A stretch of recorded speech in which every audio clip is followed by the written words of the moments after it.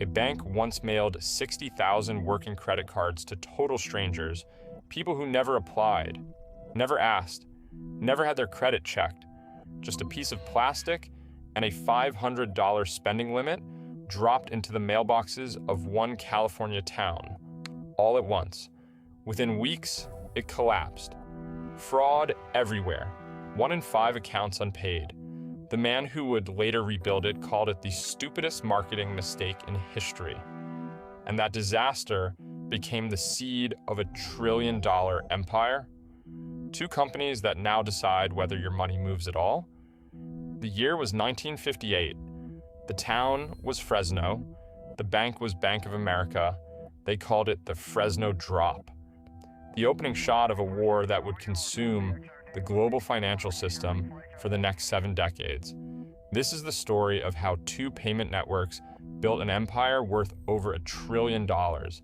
Not with better technology, not with better banking, but with a weapon nobody saw coming: control. The Fresno Drop was supposed to be a triumph.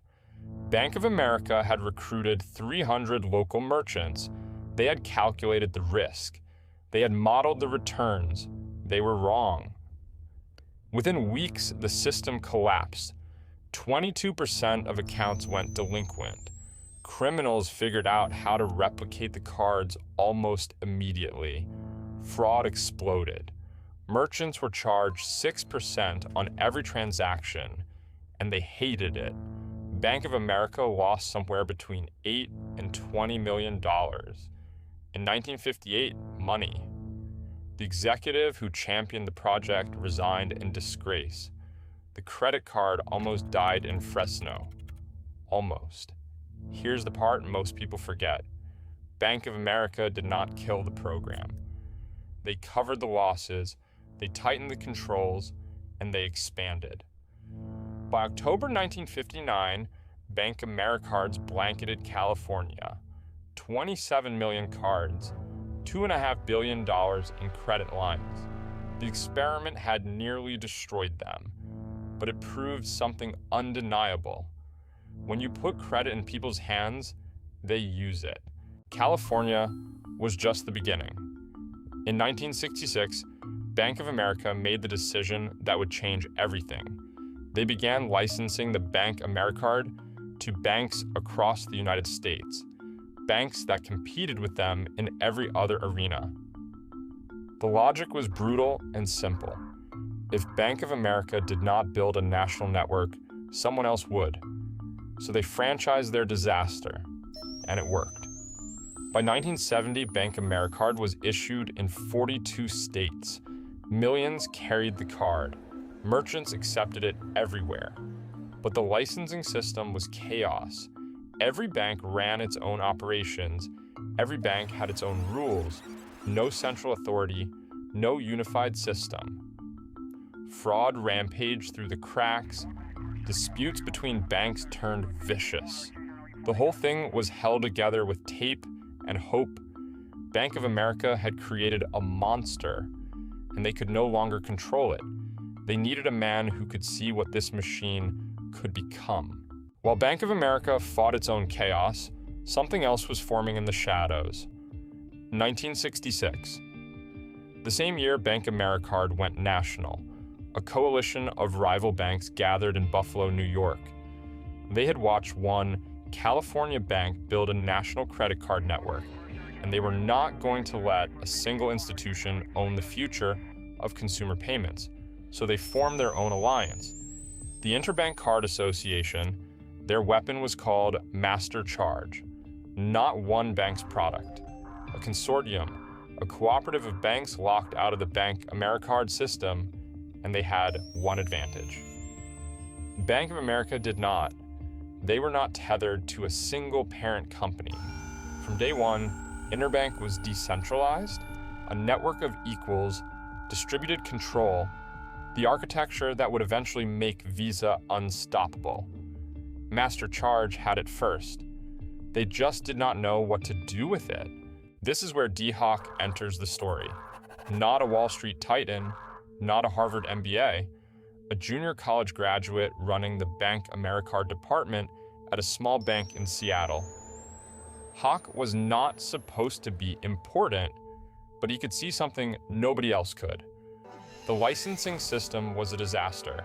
Squabbling banks, no central authority, no shared standards, and yet the volume was growing, explosively. Hock looked at this chaos and saw a pattern, not a broken franchise, a distributed organism. He drafted a radical proposal. He called it National Bank Mastercard Incorporated. And here was the idea that terrified Bank of America's board. Give up ownership. Let the member banks own the network collectively. Bank of America would become just one member among many. No parent, no master, no center. It sounded insane. It was the most important structural decision in the history of payments. In 1970, Hock got his answer. Bank of America agreed to surrender control of the Bank of Mastercard program to his new company. They handed over the crown jewel of consumer finance. Why?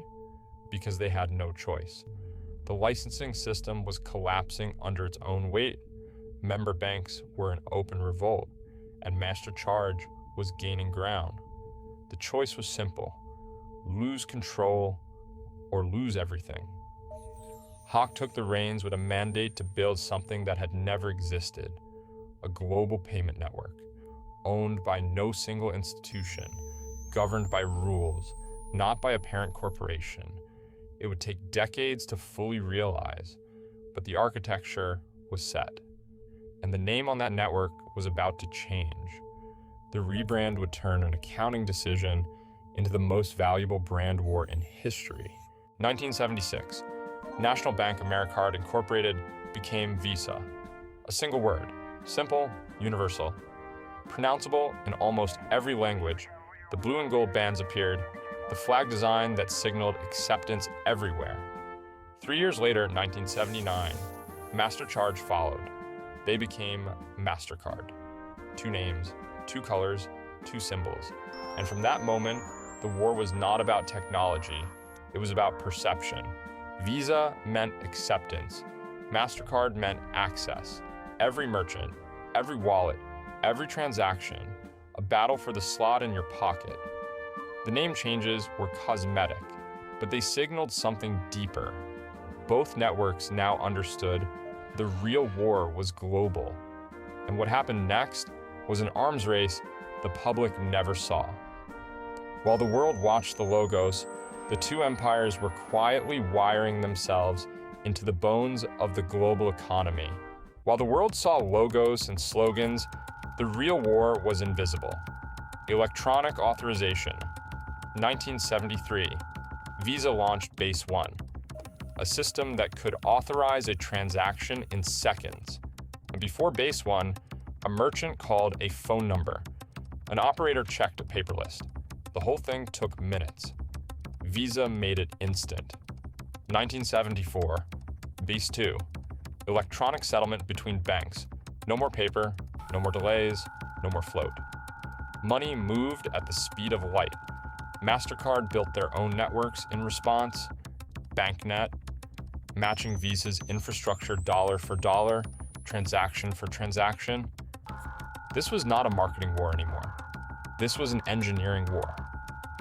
And the winner would not be the one with the best ads.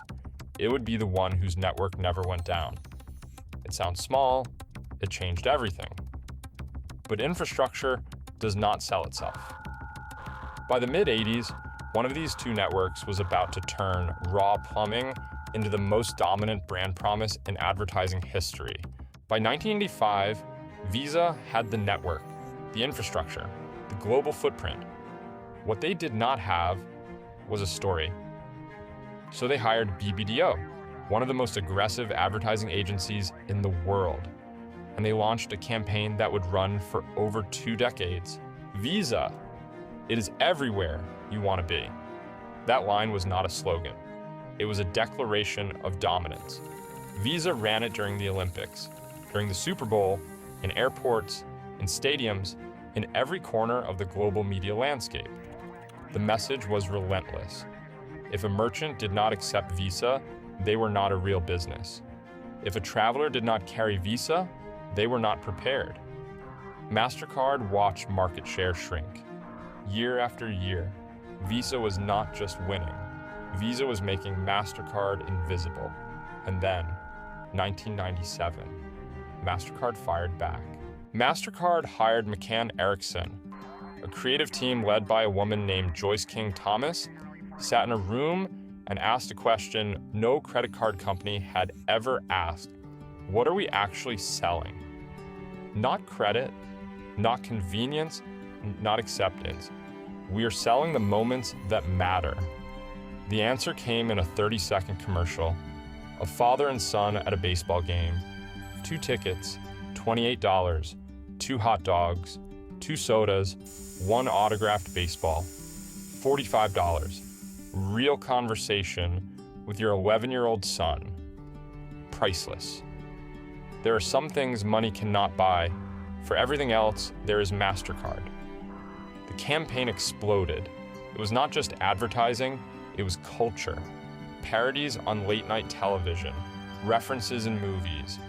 The word priceless entered the global vocabulary. Mastercard had not just caught up, they had changed the game entirely. Visa owned the transaction. Mastercard now owned the emotion. That was it.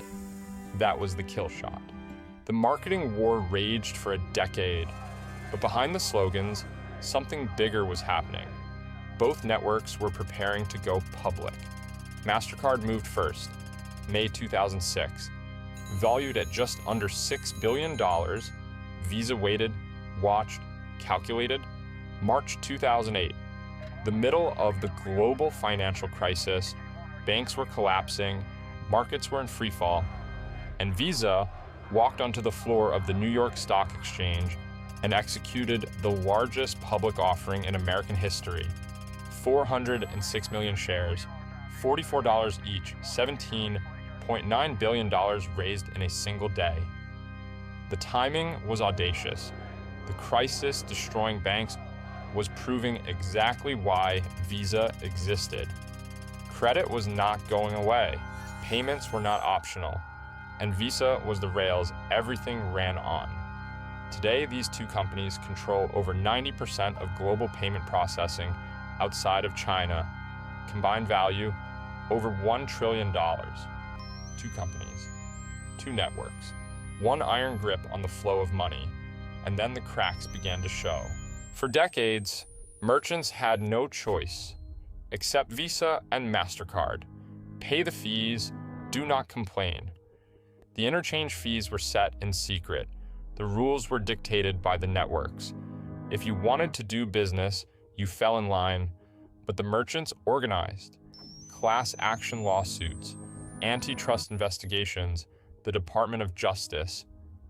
Visa and Mastercard have spent the last 2 decades fighting legal wars on every continent. A $30 billion settlement, rejected by a federal judge as insufficient. The European Union forcing them to cut fees. The United Kingdom opening the market to competitors.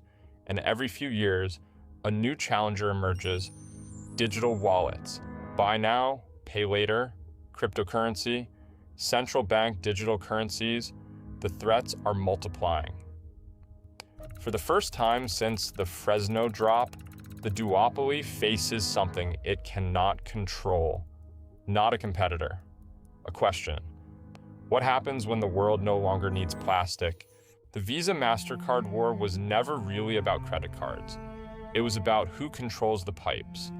Every transaction you make, every purchase, every swipe, tap, and click. A small fraction flows to the network. Multiply that fraction by trillions of transactions. That is the business model. Not lending money, not taking risk, just owning the toll road. The people who win are not the ones who build the best product. They are the ones who build the infrastructure nobody can live without. Bank of America almost killed the credit card in 1958. Dee Hock turned a licensing disaster into a $1 trillion organism. Mastercard turned a market disadvantage into the most iconic ad campaign in history. The lesson is not that Visa was smarter. The lesson is not that MasterCard was more creative.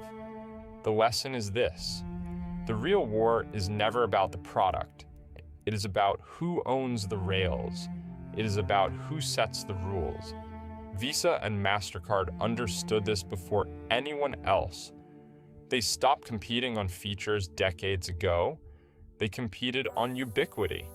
And once you are everywhere, you do not need to be better. You just need to be there. The only real question is whether the next generation of payment networks has learned the same lesson, or whether Visa and MasterCard will do to them what they have done to every challenger for 60 years. Crush them. Not with better technology, with a network so massive, so embedded, so impossible to escape, that fighting it feels like fighting gravity. The war is not over. It is just entering its next phase. And if you want more insane stories about business and history, make sure to subscribe and turn on notifications. You do not want to miss our next video. Thanks for watching.